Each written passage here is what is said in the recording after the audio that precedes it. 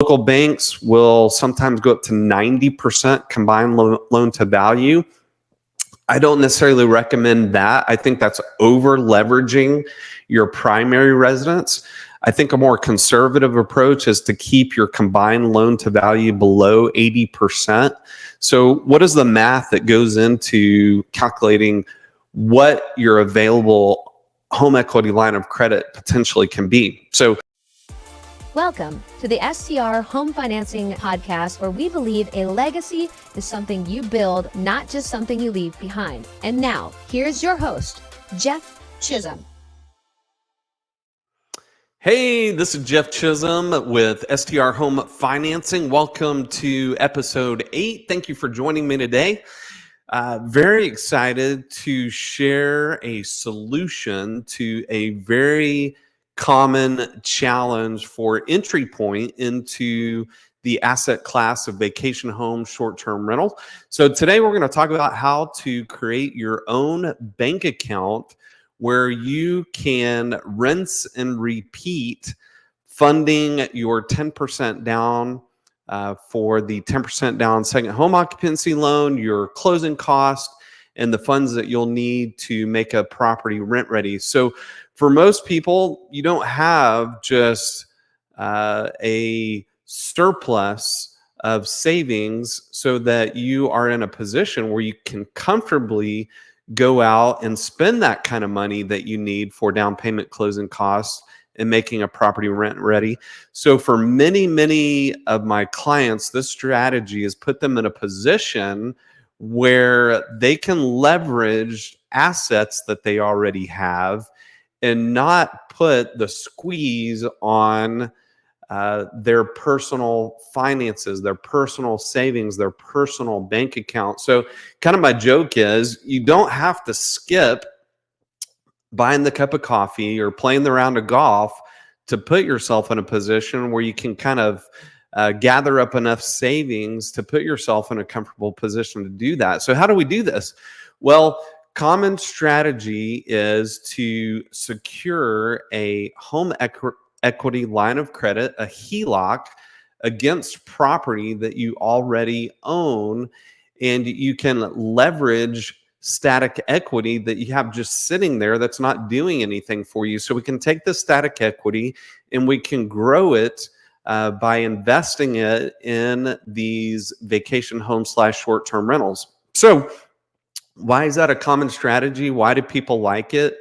Not a lot of people have thought about it this way, but it's a way for us to separate our personal finances from the debt we're going to take on to go out and acquire these cash flow producing assets.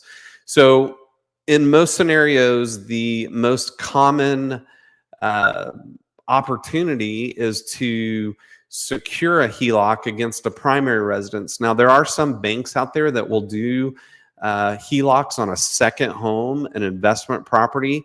As you get to an investment property, the institutions out there that have that product available are few and far between. Not saying that they're not out there, but you're probably going to have to go hunt and really dig to find those entities that are using those products, or have those products. So the most common is against a primary residence. So, this is going to be with your local bank, your local credit union. Now, your local credit union is probably going to be more conservative in what they're willing to do, and also the qualifying factors that go into an approval. So local banks will sometimes go up to 90% combined loan to value. I don't necessarily recommend that. I think that's over leveraging your primary residence. I think a more conservative approach is to keep your combined loan to value below 80%. So what is the math that goes into calculating what your available home equity line of credit potentially can be? So you're going to take your estimated home value, you're going to multiply that by 80%, and then you're going to subtract your first mortgage balance, and whatever is left over is the possibility of a maximum line of credit that you can take out against your property. So typically this product, the way that they're structured is that the payment is amortized over 30 years. And then for the first 10 years, you can draw against that available line of credit. So just as a side note, the reason why one of the reasons I like this strategy is that you can leave your current first mortgage in place. And for most people, you've refinanced over the past few years. You've taken advantage, or you purchased at a low interest rate compared to what's available today. So we can keep that in place. We don't have to disturb that interest rate. We don't have to disturb your plans to maybe pay that first mortgage off at an accelerated rate. And then we can take this line of credit, leave it over here, and that can be isolated to use towards acquiring these properties. So back to how these products are structured.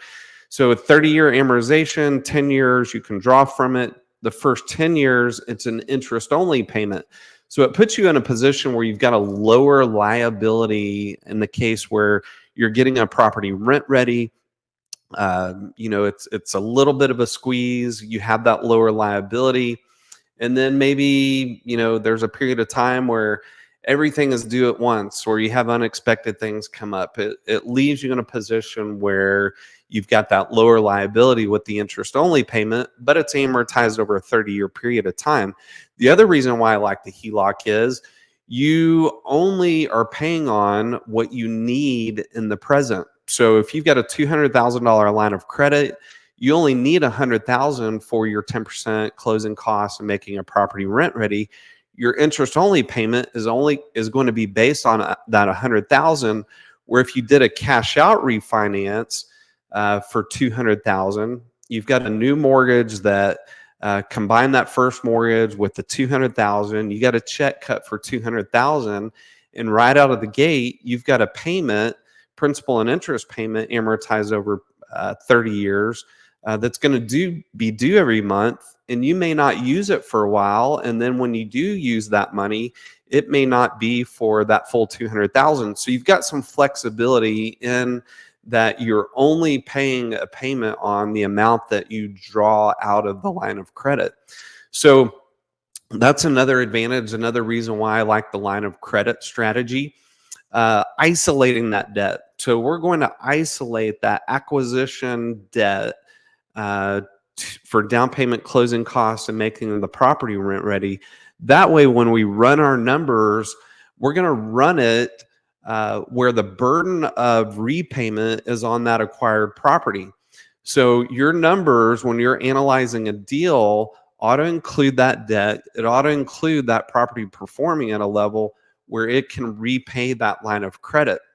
And I would say it needs to show that you can be very aggressive to pay off that line of credit so that you can rinse and repeat. So you have 10 years to draw from the line of credit.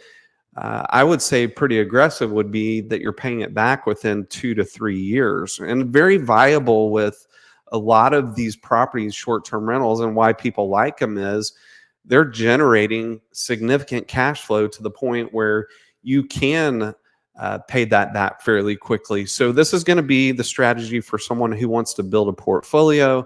They want to do it over a healthy period of time. They're not looking to replace their W-2 income.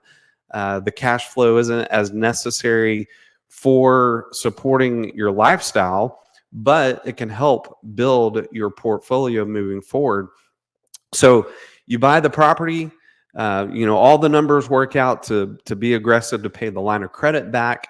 And then when you purchase that property, it's got its own bank account. It can stand on its own. So all the income from the property goes into that bank account. All expenses are paid out, including the repayment of the line of credit. So when I talk about separating that debt, that's what it looks like, that you're separating it from your personal finances in one regard, and then you're putting the burden of proof. It can be measured by having that bank account that's specific to that property.